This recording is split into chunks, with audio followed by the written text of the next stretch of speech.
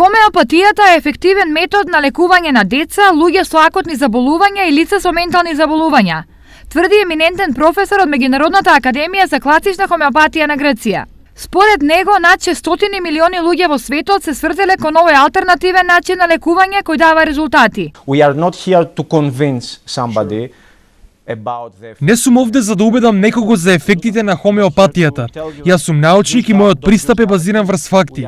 Науката застапува отворен ум, а верувам дека сите студенти сакаат нивните пациенти да бидат излечени. Па ако лекувањето со хомеопатија успева, зошто да не се направи? I was a student at the time. Our objective is to help our patients.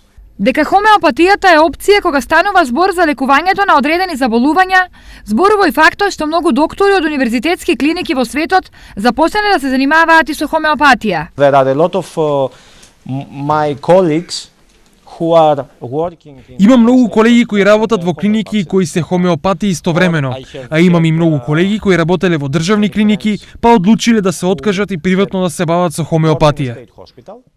And they decided to quit and to private practice homeopathy.